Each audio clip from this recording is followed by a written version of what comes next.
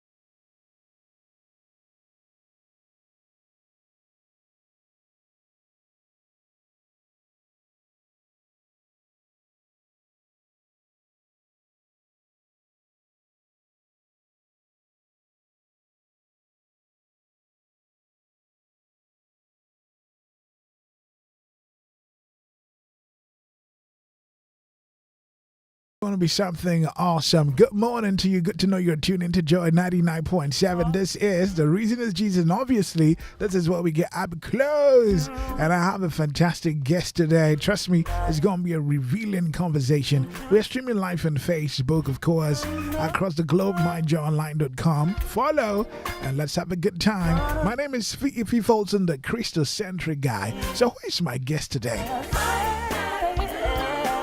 Well, he's an innovator, entrepreneur, artist, and environmentalist, founder and CEO of Macintosh Africa. He's the 27th most influential young Ghanaian. Well, as in 2018, that was the recording. In the same year, third most influential young Ghanaian in social enterprise space. Winner of UNDP Waste Recovery Innovation Challenge. Hey, Charlie. This guy. You're a big man. You know, I can promise you that in the course of our conversation, all he stands for, all he's involved with, will come to bear. One of the things that struck me when I heard his story was how he lost both parents early in life. In spite of the pain, he went on along to make some gains. And today he's a blessing to this generation. Ladies and gentlemen, it's my pleasure and honor to make welcome to Joy 99.7 up close, Mr. Makafui Ewuku. Makafui Ewuku, good morning. Good morning, Fifi. How are you? How are you? I'm good, and you? I'm fine, thank you. And good morning to your listeners. Exactly what we respond. What did Vida tell you this morning before you came here? What did Vida tell you this morning before you came here? Vida? Yeah. My wife? Yeah.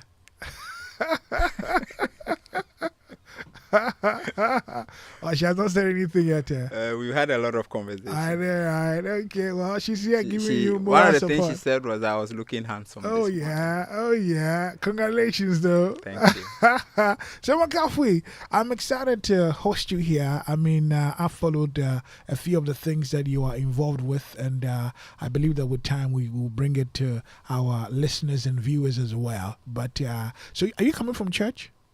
No, this is my church for the day. Oh, praise God. I'm here to do evangelism. Oh, hallelujah. I like it. But you know, you told me in one of your write-ups that you direct traffic in church. Yeah, so my pastor will not be happy with you this morning. So I beg you, I'm sure you got an able replacement. Yeah. Yes. What does it mean to direct traffic in church? So it's very interesting. I always say that the church car park is the first point of contact for people when they come to church. Oh, wow. Whether church members or visitors. So whatever happens at the car park can influence their spirit, their mood before they go inside. Wow. So for me, that's how I always look at it. We are like we call it boundary spanners in marketing, where you are the first point of contact. So the experience that people have is always going to give them an impression about what type of organization or institution or community that will be. So I'm always careful in terms of making sure that when I get there, first I pray about being there and tell God to use me to touch the lives of people. Wow. But people come, they say that the church is a hospital. People come with all sorts of problems.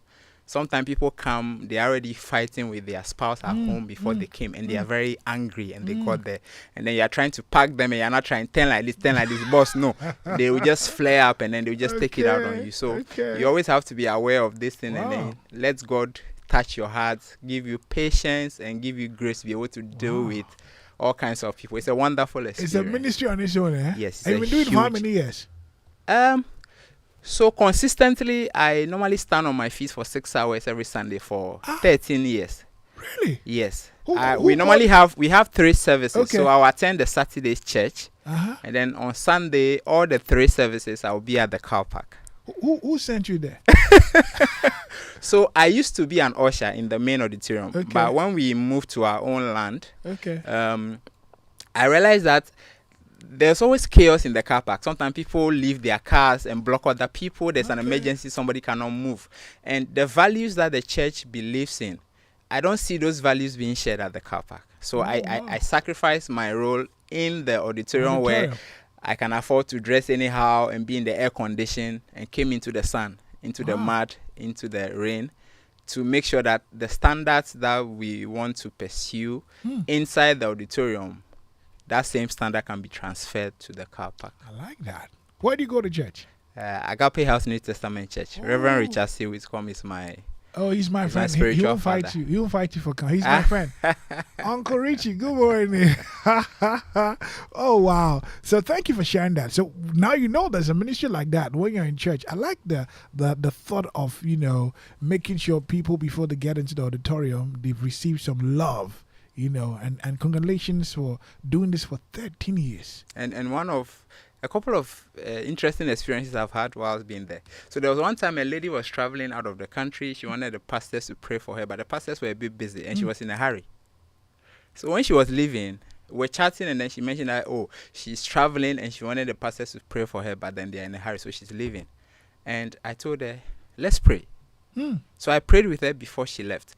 And one of the lessons I've learned about that experience is that it's not just an activity. As you said, it's a ministry. You have to be ready. You have to let God lead you, God guide you, God inspire you. Because sometimes people come with problems, and you are the first person that they open up to about those problems. Wow. And the other interesting thing is that it's only at the car park that people show you their real character. So let me explain why. Okay. So at the car park, when people are parking cars, it's just you and them. Inside the auditorium, a lot of people are sitting. So when the usher says sit here, people don't tend to fight a lot because other people are watching. Okay. But at the car park, when it's just one-on-one, buga like, man to man, that's when people reveal their true self. Oh, wow. And then aside that, it also gives you an opportunity to have short conversations with people. So whilst you are parking them, you are chatting with them. Okay. And sometimes some of these people are CEOs of organizations. People have experiences that they can share, advice that they can give. And within those short moments, there's so much that happens that blesses your life. How do I have a feeling that from next week Sunday, some people will move to the car park? It's not an easy place to be, though. It's not an easy place. Well, if you are led, please go. Okay, you never know. You could meet a CEO like my guest this morning. So, your profile gives me a good idea of who you are. What does it mean to be an innovator? I think for me, it's just been the way I do things. I'm always looking at problems and thinking, what can I do to bring change? I'm not the type that always push the responsibility to somebody else. I'm always thinking, how can I contribute to the solution? How can I make a difference? How can I create the environment in the way I would have wanted it? And that's always how I look at problems. And being able to create things that I can commercialize, that multinational companies can be buying from me, is fulfilling. Wow. Let's start from another you talked about that. So you have money. I'm a child of God, so yes, I have money. I like that. I was actually going to look at some of the things you have innovated or put out there that the world is looking for. Right. What are some of these things? Well, so in 2017, I came back from Nigeria through the President Obama's yearly program. Okay. And I wanted to find some of the SDG areas where I can make a difference. And I thought water sanitation, sustainable communities and cities, life on land, life underwater. These were some of the goals that appealed to me. And I thought plastic pollution is like a huge challenge. Personally, I have allergies to burning of plastics, to dust. And I thought the future I want, I am the only one who can create that future. No politician can create the future I want for me. And I feel like there's so much talk, Accra being the cleanest city, there's so much money moving around. But when you still look around, the problem doesn't seem to go away. So I was asking myself, what can I do? That was the question I was asking myself. And then I wanted to show my leaders, I wanted to show people how our community should look like with sustainable innovations from plastic waste. So I just woke up one day and said, let me try and create a Christmas tree from bottles. That was in November 2017. And a day before Christmas, I had finished making the tree from almost 400 bottles. I was living in a Zongo community. So I put lights in it, I put decor in it, and I put it in front of our house. And one interesting thing happened. Even Muslims came under the tree. So I'm thinking to myself, now you Muslims, what is your business with Christmas? Know, right? But the plastic bottle element connected everybody together. Wow. People came from their homes, their offices. And then I moved it onto a major street in Medina where more than 100,000 people see it every day for like 3 months. And people started calling me, can we bring you our bottles?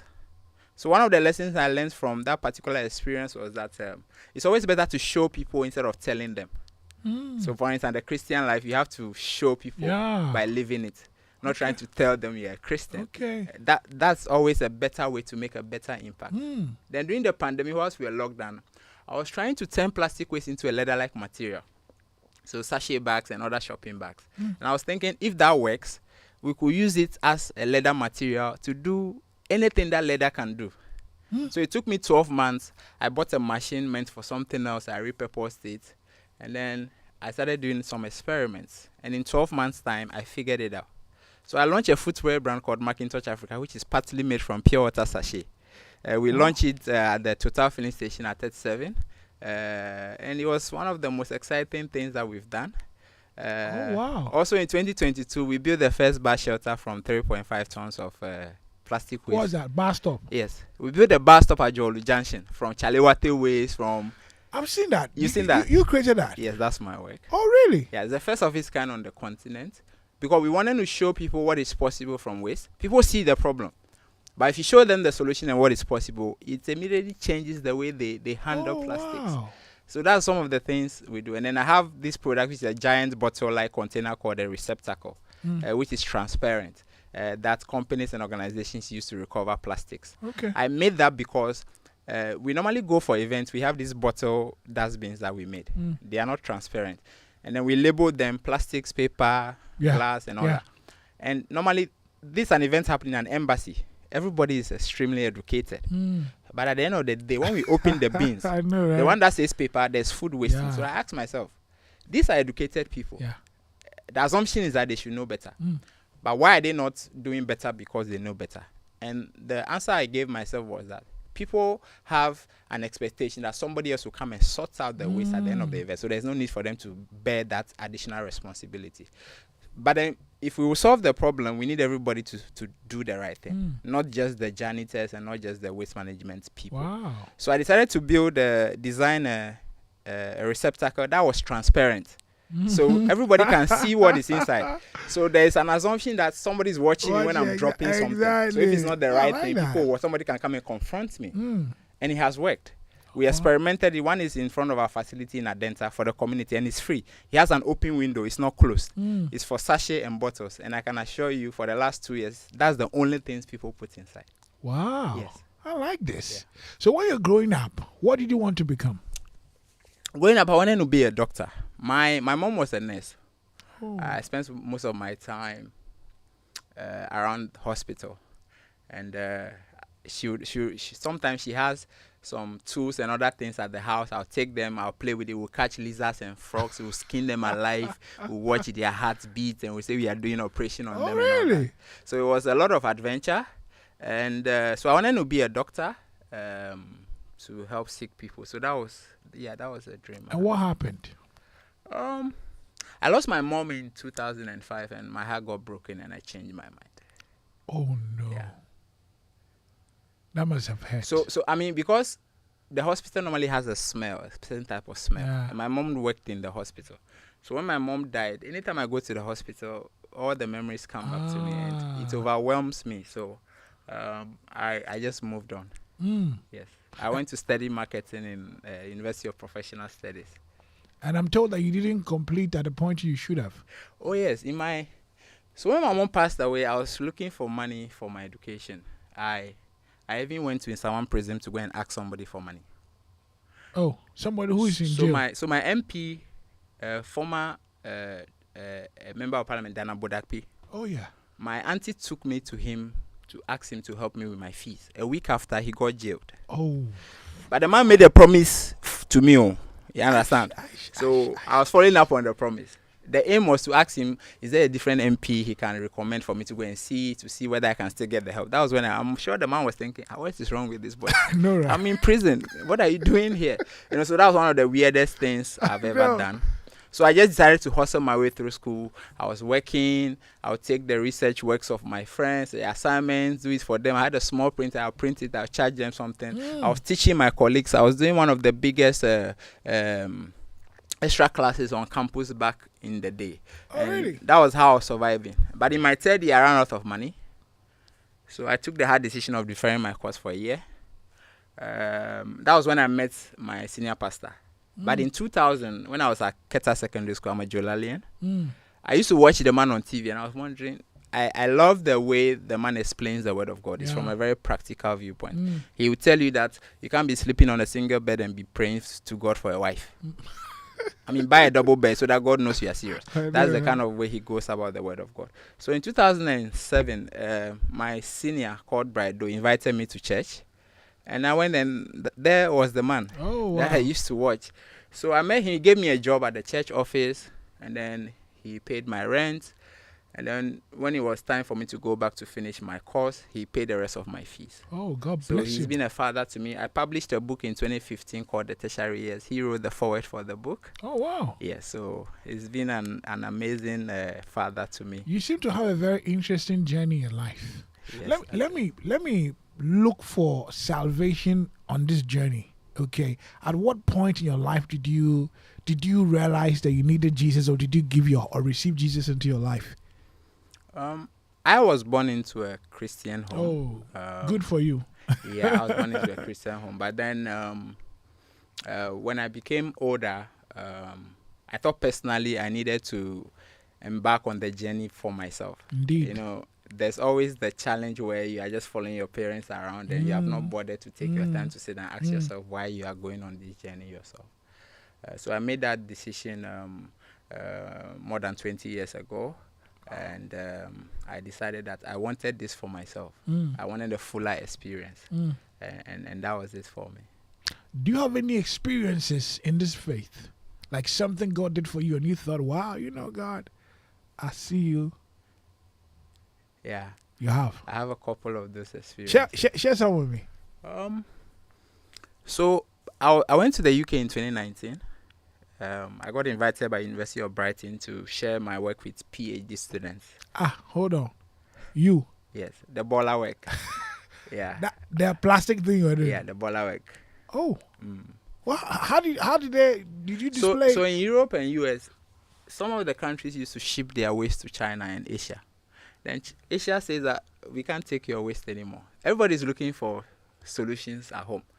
So governments and organizations start, finding out who is doing what globally and how they can collaborate and partner. So the university sent a team to Ghana for some engagement, and I was one of the artists and innovators they engaged.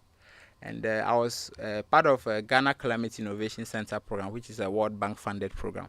And there was a peer exchange grant that will allow you to travel anywhere in the world if you can find a partner who is willing to host you.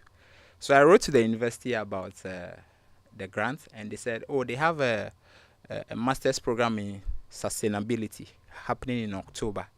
So they would like me to come and share my experience to the students to influence their research work in circularity and sustainability. So they sent me an invite, and I used that to apply for the grant, and I won the grant. Oh, congrats. So it allowed me to travel to the UK. That was the first time I was traveling out of Africa. So I traveled out, and I'm a national fan, so it was a really nice experience. So I was in the UK. When I got to the UK, two profound things happened. There was somebody I thought I knew on Facebook. The person said if I come to London, I should let him know. So I got to London train station, and the person showed up, and he was a mate of mine from UPS. The last time I saw him was in 2006. That was in our first year. Okay. He left the school. I don't remember why he left. I just finished burying my mom, and then 3 months later, I got admission. So I was in school. So my head was not in the right, and I was looking for money, chasing my mom's needs contributions. And I stayed with him for 3 days. He gave me his bus card, and when I traveled around the city, I didn't pay for the bus. And as a poet, I was trying to shoot one of my poems at London Bridge. He followed me to London Bridge to shoot it for me. So after 3 days, when I was going back to Brighton, when we got to the train station, he was like, Makafo, it looks like you don't remember. I said, I don't remember what? He said, in 2005, when I was applying for visa to travel to the UK, my money was not up to. You were the one who gave me additional money to add up to apply, and it's been 14 years, and I'm in the UK now because of the support I received from. And he only told me when I was about to enter the train and leave. So I sat on the train and I thought about everything, and it became overwhelming, and I started to cry. Oh. And it's like, how does that happen? That God will pick you from Africa and then take you to London, and then take you to the house of somebody you helped 14 years back. I know, right? That you didn't even know. Yeah. So that was one of the profound experiences I've had when it comes to God. And then also, I'd been listening to Audrey Brown on Focus on Africa for more than 15 years. That voice was very present in my ears. Okay. And when I was in the UK, the BBC had already done a story on my work. They came to my Zongo community to do a story on my work. I was living in a compound. Really? Yeah. How did they find you? You guys work with BBC. Yeah. And you guys so Joy FM has been the first media house that started supporting my work with stories. I have to give credit to Joy for the commitment they've made to always follow my journey, and I think that was one of the reasons why the BBC found out about my work. Oh, great. So they wanted to do a story on my work, and they came to Ghana to do the story. In Madina Zongo, where I was living, the place was called My Hut. It had a blue kiosk at the junction, so that was the name of the place. So I went to the UK, and I sent them a mail that I'm in the UK. If they'd like to do a follow-up story, I'll be available. So they said, yeah, when I come to London, I should let them know. So I went to London. They asked me to come to the head office. I went to Portland, and I got to the studio, and the person who asked me to come came to me and said, okay, hi, how are you? Welcome. So we will host you on BBC Focus on Africa. Wow. And Audrey Brown is the person who is going to interview you. And one of the lessons I've learned about that particular experience is how the kind of things we focus on, the kind of things we listen to, the kind of spaces we find ourselves, the kind of people we hang around have a huge and profound influence on our personal development and growth. So on our Christian journey, it's always important to make sure we are consuming the right thing, whether it is food, whether it is music, whether it is advice. It has to be the right thing that aligns with where we are going, because there's always a funny way of you finding yourself within a space just because of the things you were focusing on. And interestingly, even our problems, sometimes you realize that the problems you want to solve, if you focus on it too much, you end up having more of it because you are drawing in the energy, the negative energy. So if you want a problem to go away, sometimes the best thing is to focus on where you want to be, not too much of the problem, because then your whole system just is engulfed within the problem. And then the last profound experience was where we are now at my facility. When I got the place, there was one day I was going out of the house. I just finished praying and I stepped out. I sat in my car, and then all of a sudden, a live wire from a high tension pole above me fell. Hey! Without any provocation. It wasn't raining. There was no wind. The one that had the power in it, the cables, there's one that has the live one. Wow. It fell on top of my car. Then it started ta-ta-ta-ta. It just started sparking. Wow. So my car is outside. If you go and look on my windscreen, you see the marks still on my windscreen. And then it fell on the floor and it started sparking on the floor. And I had just sat in the car and closed my door when this happened. So I made a post on it on Facebook, and the electricity company sent one of their trucks there immediately to come and fix it. Wow. If it was not for God, for some of these experiences, I would have been fried. It's not even funny, but I can promise you, this is God at work. Yeah. Wow. Your life sounds interesting, and I like the journey of acknowledging God. I mean, acknowledging God in this journey. It goes without saying. Now, I saw a poster with you and now King Charles. Yes. Oh, how did you meet him? So in the 70s, before I was born, this man was somebody who was talking about the plastic. At that time, plastic was just found. It was like a new thing that came. Like if we don't start looking at this thing carefully, in some decades to come, it will become a big problem. Wow. Everybody thought the man was going mad. He wasn't a problem. He was then the prince of Wales also. He was just a prince. Okay, so he's an environmentalist aside being a king. Okay. When he was doing his royal visit to the countries that the British colonized, that was in 2018. One of the places they came was Ghana. Right. And there was somebody I knew who they were doing a birthday party for him.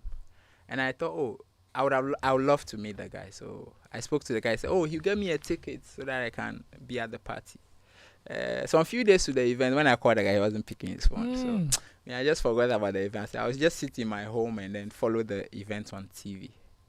Then I had a call from the High Commission. The person said, the High Commissioner asked me to call you. He asked me to select you as one of the 5 artists and innovators to showcase their work in a private event to the Prince. It was a private, it wasn't even open to the public. So my work got selected, and this was just the first year I started doing the things I was doing. That year was when the UN started this Beat Plastic Pollution campaign. So it looks like it was an accident or it was a coincidence. I mean, but God has his own ways of doing the things he does, and nothing happens by accident. Preparation always meets opportunity. I was ready at the time, and I found favor with God to actually get these connections very early in the beginning of my journey. So we exhibited our works. He came to the stands, and then he held my hand, and he started talking to me. I was like, how is it going for you? Are you making money? What's the impact like? And he looked at the various products and found out about it. So it was a really nice experience. It didn't feel like I was meeting the king. It felt like I was meeting a fellow environmentalist. And he's a very warm and receptive person. What did you show him? So I had some artworks made. I had a Ghana flag made from plastic bags. I had some beans made from bottles. I had some footwear made from sachet bags that we've turned into like a cornrow-like material, and some other artworks. Wow. Yeah. So do you do these things on commercial basis? Yes. You do, right? Yes. Where do you get the materials from? So I don't deal with contaminated waste because, as I said, I have allergies. So I always encourage people to segregate their waste from source, from their office, from their homes, from their schools. So I create an enabling environment to support people who segregate their waste. So either they bring it to me, or where it's in large quantities, I go and recover it myself. And then we have the receptacle in front of the facility so people can come and drop their plastics in it. So that's the programs that I created around. So I normally drive around a lot during the weekends and sometimes during the week to pick plastics from people's homes and offices. Wow. Do you pay for them? So we did a bag project last year where we produced 2,000 reusable bags from pure water rubber, which we gave to shoppers. That because we needed the plastic bags in large quantities, we bought like 2 tons from women. We paid for it. But the program I have is to support people who just want to make sure the plastic doesn't end up in the environment. They are not necessarily looking for money for it, but they just want to make sure that one, it's not ending up in the environment, and 2, we are helping them to save money on the bill they pay to have this sent to landfills. So I always tell people that if you're paying for traditional companies to take your waste, a lot of the times you are paying them to pollute the environment on your behalf. A lot of the times. So this is the model I've used as well. Makofi Ewoku is my guest this morning on Up Close. He's an innovator. He's an entrepreneur. He's an artist, okay, an environmentalist, and he's a poet. You mentioned that you're a poet. Yes. So where from this one too? You went to study sometimes business I call management. myself the accidental poet. Okay. Because I never planned to become a poet. I was sitting in the hospital one day, and I think there was an accident that day. There was a lot of ambulances coming to that was a 37 military hospital, and then I just heard in my head, death is inevitable and men will be inconsolable. That was the two words I heard in my head, and then I just started writing, and in 2 hours time I finished writing my first poem. Wow. Whilst I was waiting for the doctor. And that was it just started. I just started writing, and I ended up performing in Nigeria. I've shot one of my poems in London Bridge. I've shared the same stage with Sarkodie, with Manifest, with Daddy Lumba, with Simi of Nigeria. Really? Yeah, it's been an exciting journey. And what do you say in your poetry? Well, I have a poem on Galamsey, illegal mining. You tackle national issues? Yes. I have a poem on... what's the name? Ghana's independence. It's called Homeland. I do poems also on my personal life journey and struggles. Okay. So I've had issues with depression and difficulty. I've written about my experience. So I write a lot about my experiences, and then I write a lot about where I want to be. And then I've written a bit about national issues and the environment. So given the chance, you share one today. Yeah. I'll share. Before you do so, you spoke about depression. What happened? My younger sister have had a health issue and a challenge that I had to deal with for like more than 10 years. And because it was a very difficult thing, I'm a young man trying to hustle my way through life, and my younger sister has been sick for an extended period with a lot of hospital bills. I lost 3 jobs. At the point I had to travel back to Keta and stay home for like 6 months doing nothing. I had a master's opportunity, but when I was supposed to come for the interview, I was in town and somebody was supposed to call me. The person didn't call, so I missed out on it. And I lost my accommodation, and having to take care of my sister in the female ward myself, changing her panties, changing her pad, and bathing her myself and all that. So because it went on for an extended period, I became overwhelmed, and I became very sad and very unmotivated, and I lost the motivation to actually, do stuff. So that was a very difficult period. How did you pull through? A couple of things: prayer, speaking to my pastor, and also getting medical advice. It's always important to make sure that you are getting the right advice on issues. It's important to pray, but also important to take the right actions that are important. Because the Bible says faith without work is nothing. And if you have problems, you are not willing to get the right advice and take the right actions on it, it will be difficult for them to go away. Let me stay on faith. How has faith in God helped you on this journey? Personally, losing my parents was very difficult for me. Oh, so you spoke about your mom. Your dad also... I lost my dad in 97. Wow. I was just about 11 or 12 years old. Wow. Yeah. And so I grew up with my mom. My younger sister lived with one of my aunties because my mom wanted her to go to a good school, so she eventually didn't end up living with us. So it was difficult growing up. And then when I lost my mom, I was caught up in a place where I was just home by myself. I moved to Accra and started to come and hostel on my own. And if it was not God, I'm not sure. I've come to more than 1 year death experience along that journey. Wow. And there was one time a house I was living in Medina got flooded. Around 1 a.m., my eyes opened, and then the house was already full. The water started coming in through the window. Whoa. And when I had gotten into the compound, that day, it was funny. ECG normally takes the lights when it's raining, but that day it was funny. I had no idea what the people were doing. They didn't take that. There was this naked wire dangling over the water. It was right on top of the water, and I was trying to make my way out of the house. And I just started praying, God, let me just get out of this water before that wire touches the water. So yeah, it's... God has been faithful. He has. He's been grateful. Yeah, I'm grateful to him. Wow. I see. You say you're a coach. Are you a coach too? Coach of what? Yeah. So I played hockey in Keta Secondary School. And I used to have this sports teacher called Mr. Goba. I mean, that's one of the best things that happened to most of us. What the man will do is that he will teach you all the sports. He'll tell you, I'll teach you everything. You decide the one you like. Okay. So we knew how to professionally play almost every game. Oh, And when I was in the university, I took a course called sports marketing. So I played professional hockey. I didn't play for the school team in Kitasco, but then I play soccer regularly. So along the journey, whilst I was hustling, there was this opportunity for me to work as a soccer trainer for kids at American International School. And I was like, why not?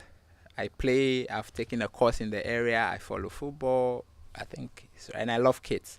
So I took the opportunity and I worked with the school for 6 years, teaching, I taught more than 300 kids how to play field soccer, but more importantly, transferring leadership, communication, and teamwork skills to these kids through soccer. I see. Awesome. Now that you spoke of soccer, on a lighter note, when is Arsenal ever going to win the Oh, this coming season they will win. We'll win this coming season. I see. All the best. Wakafi Oku is my guest this morning. There was something that also caught my attention when I read about you. The one that sort to say that because of something you were involved with, the country made some plenty money or something like that. I think you participated in a meeting with board of directors leading to approval of $200 million towards the creation of 2 million jobs for the Ghanaian youth through the Masters Card Works project. Wow. What was that? So the MasterCard Foundation has a program called Africa Works. When they were engaging before they implemented the project, they wanted to engage with selected young people and entrepreneurs about where we believe they should be putting the money. Oh wow! So I've had opportunity to sit in the board of directors flew from Canada to Ghana, and some of us got selected to sit in meetings with them, to engage them a bit on where to put in the money, how to make sure the money gets to the right people, how to make sure the money is used for the right things and all that. So after all those engagements, a couple of weeks later, the board decided to approve a $200 million program for Ghana, which will be implemented over 10 years to create 3 million jobs for young people. Oh, wow. Congratulations. Yeah. What do you think? I mean, obviously, we still have a problem with waste and, for that matter, plastic waste. Well, if I'm asking you, without probably selling all your ideas, what comes to mind? How do we curb that? I think the plastic waste problem is a behavior issue. Oh, wow. It's not actually a plastic waste problem, because the same way we handle other forms of waste, that's the way we handle plastic waste in Ghana. We leave everything in the environment. I've seen full living room furniture in the sea. I've seen refrigerating sets. I've seen taxis in the sea, because we just leave everything in the environment. The one God created. Yes. So when it rains, the water carries everything from the base of the mountains and just brings them into the seashore. Even at Labadi Beach, which is our safest beachfront, when it floods, more than 1 kilometer stretch of the beach can get engulfed, and it takes more than 30 days for the people to actually remove every piece of debris from the environment. So this is what I think. It's important for us to. The government decided that they are not going to ban plastics. They rather want to manage it, but we've not quite set up the infrastructure and created an enabling environment for that to happen. They started something, but we are not quite there yet. And then we also have a waste management deficit, where in Accra, where there's over 250,000 households, the traditional companies are servicing just about 60,000. So the rest of the over 120 plus household, how do they deal with their waste? The Aboboya boys are taking some. People are burying some. People are putting some in the rain. People are burning some. So these are some of the challenges that we have. Some of the best innovations globally from plastic waste are coming from Ghana. Oh, wow. The pavement block at Ashaiman. Yeah. I think the plastic waste lumber used to be at Dakuman by Pyramid Recycling. I do plastic sheets that I'm turning into school decks and school chairs for school kids in rural areas where furniture is a problem. So we have the innovation. We have the interventions. It's important for us to start investing more on the solution side, the longer term solutions. It's important for us to create a waste recovery program, because one of the things I found out was that a lot of people are willing to separate their waste. The challenge is that when the traditional waste management company people show up, you separate your waste, they take it, they mix it in front of you and put it in the truck. So there's no incentive. And then also, we don't have buyback centers. So people want to collect the waste and sell, but the buyback centers are not close to them. So it becomes more expensive to actually try to move the waste to the places where you can sell it. So if we do the drop-off centers, we do the buyback centers, and then we connect them with the recycling programs around the city, we should be able to deal with the problem. Thanks for sharing that. Let me share a few of the messages. I think you should get ready to share one of your poems with us, okay? Sure. This one says, Fifi, shout out to my brother and fellow, how do you pronounce it? Jolalian. Okay, I pronounce it right. Makafu Wuku, he's an innovator, entrepreneur, and inspiration to our generation. We pray he keeps up the good work and keep blazing under the cross of Christ. Shalom from Elikem Green. Okay. That's my big brother. Okay, Elikem Jolalian. Yeah. Thank you very much for sharing that as well. A few of the messages have come, but I want to buy my time well with you so that I don't get into trouble. If you're ready, I want you to share one of those poems with us. Right. Which one would you share? God is not dead. The devil, they're not dead. The one you got at the hospital, no? No, the one I got at the hospital was death is inevitable. Okay. And men will be inconsolable. And this one is, where did you get this one from? This one is more about how God has turned people's situations around. Oh wow! So it's just instances from the Bible and what happened and how I like God to hear changed that. I was just sharing. It's fine. It's fine. All right. So go ahead and share. What do you need? We just listen, right? Yeah, you just okay, listen. Let's get it. So I'm going to share the story of Daniel. I'm going to share the story of Joseph, the story of Job, the story of Rahab, the prostitute, then the story of Abraham and Sarah, and then the story of Hannah, the barren woman. Right. God is not dead. The devil dares not dare. Daniel refused to dine and got dumped in the lion's den. But what Darius did not know was that God is not dead, so the devil did not dare.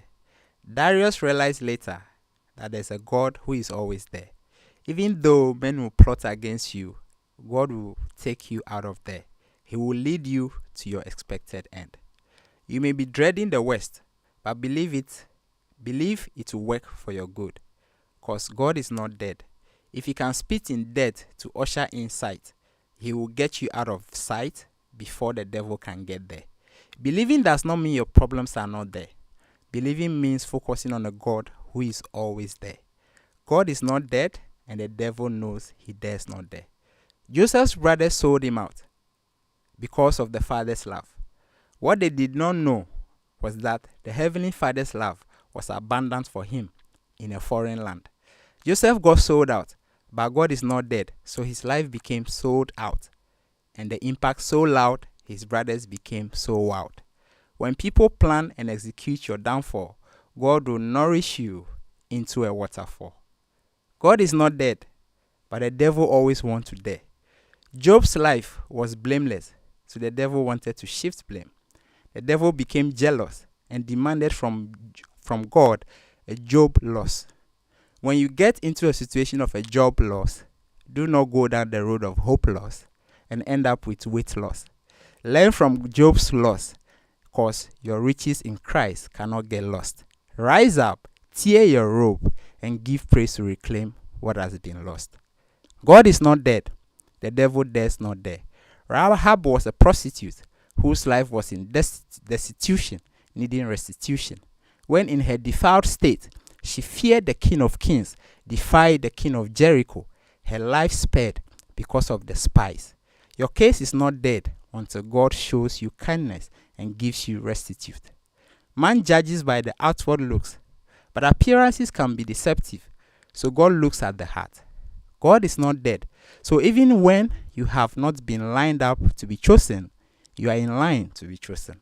When the Spirit of God comes upon you, you will begin to show signs of coming greatness and grow up strong and brave. You are not an outcast to be downcast. Keep practicing throwing your slingshot, because God is not dead and your Goliath will fall dead. God is not dead. The devil dares not dead. Abraham and Sarah were so old they had no hold.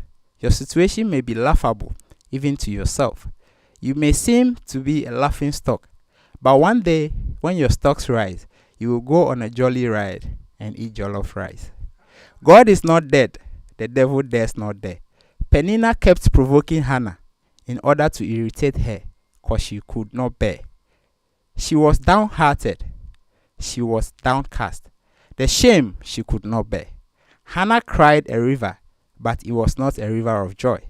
God is not dead, so he looked down on her misery, and remembered her. You are not forgotten. In the course of time, he makes your dreams come alive. He made all things beautiful, but God will not leave you bare, because you are so dear. God is not dead, and the devil knows he dares not dare. I like this. Congratulations. Beautiful. How long did it take you to write this? Like 2 weeks. Oh, wow. Yeah. You are a sharp brain, right? Not really. Makafui Ewuku is my guest. Someone asked me the Ewuku, where is it from? Where are you from? Ewe. It's Ewe. I'm from Keta, but my dad is from Agave. Okay. The Ewukus, even the voter, they are different Ewukus that don't even know themselves. Okay, I see. Someone sent me a message that this young man should run for president one day. Wow. Would you? We just want to make an impact wherever we find ourselves. That's the motive. You start from being an MP first. You are shared with me in one of the posts that your works are documented in Brussels. Like, they documented The airliner. The airliner. Yeah. Like the Brussels airliner. Yeah. They show your work where? So they sent a journalist from London to come and document my work. They have a magazine on the flight. They travel 169 countries around the world, and they put my work in that magazine.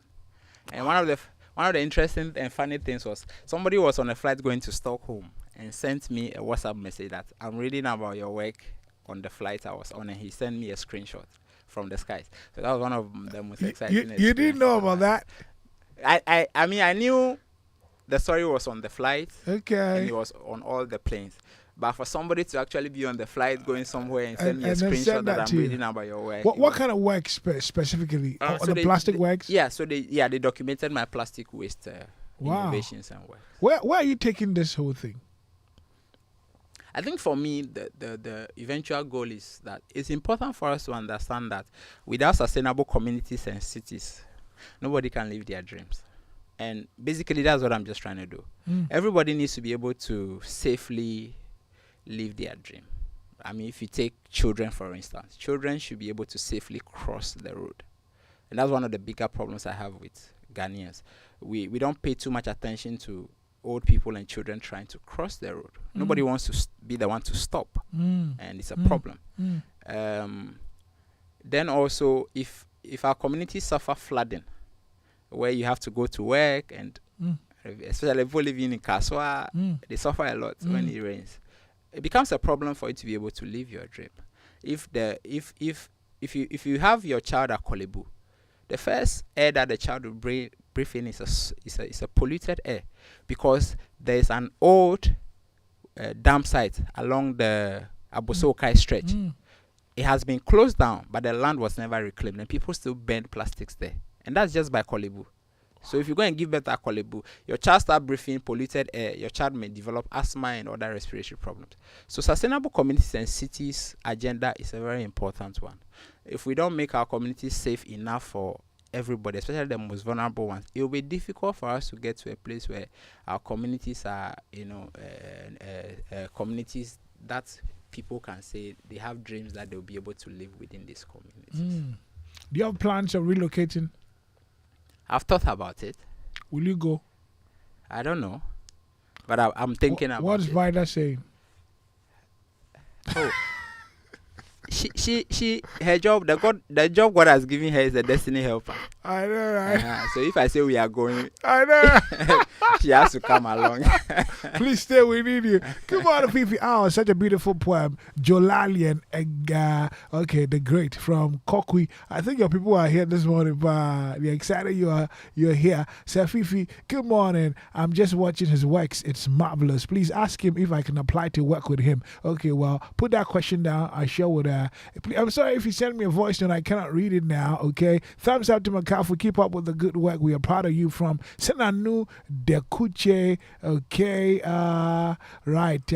Richard Mensa from London, aka Big Babo, says, Chris is sending my people, man like LA. I see you. Okay, let's hear from you. What's your feedback here in this interview as well? Okay, a few of the messages. Okay, I'm struggling to. Okay, I think I got this one. It says, Fifi, I'm so. No, I missed that. Oh boy. Okay. I'm so moved by his story. Okay, that's what I was looking for. I'm so moved by his story. I personally don't like disposing plastic waste, and for a number of years has a pile of it in my house. Okay, kindly ask him how I can get it to him. From Precious Kafui Tofa in Begoro. Right. I think people are ready to supply, so that you can do some good work. So somebody asked, how first and foremost, tell me, how do they see your works? I've seen some pictures of it and they're marvelous. For those of you following me, I took some time to share today on my Instagram and Thread account. Okay, I did a reel. You should go and check it. Fifi Folson, FIFIFOLSON. That's mine. But how did they find your works and locate you for that matter? So the name of my social enterprise is Macintosh Africa. Okay. Macintosh, people always ask me, it's not a foreign name. Yeah. It's a local indigenous name. Mm-hmm. So touch as in light. Okay. Salt, kin as in God, who is like salt. Okay. What salt does to food is that it seasons food. Yeah. So God seasons our life for us to shine. Okay. So it's like making an impact for my generation. So the mark is Makafui. So Macintosh is my life making an impact for my generation. Oh, beautiful. So it spells MCKINGTORCH Africa. Okay. You find it on Instagram, on Facebook, on Twitter. We have a website also. And then our office is in Adenta. Yeah, so that's how you can find us. Okay. So do you want to put a number out, or it's okay that you go like that? Okay. So the number is 0243 548478. 0243 548478. Okay, great. And somebody asked, can they apply? Are you opening? So we have a volunteer program. We have over 400 young Ghanaians and other people from across Africa that volunteer with us. Either they are volunteering their time or they are volunteering their professional skills. So yes, we have a program. They can request to be part of the program, and then we'll onboard them onto the program. Fantastic. Well, I've got 2 more minutes for you. Is there anything you want to talk about I didn't ask you? Or something you want to share that, I haven't asked you. You've got 2 minutes. So what I want to share, and this is an important thing. When babies are born, you normally realize that their fists are clenched. Mm-hmm. Okay. So I always tell people that we all come to this world with something in our hands. We all come to the world with a gift. It's first and foremost, before you even go to school, and it's not everybody who gets the opportunity to go to school. Mm-hmm. You need to make some time to go on a journey to discover what that gifting is. What's that thing that is unique about you that you can change the world with? And you already have it when you were coming into this world. I will encourage all of us to go on that journey and discover who we truly are and how we can, operate in that area to make an impact. Let me use the David and Goliath story, for instance. So David came against a giant. And you can't come against a giant and want to use a slingshot or a catapult to kill a giant. You might think that, if the foe is big, I need a bigger weapon. Indeed. But David's core competence was in throwing slingshots. So he didn't care about the foe, because the foe didn't matter. So it's like, if you have God, you don't need to focus on your problem. You need to focus on God and God's competences.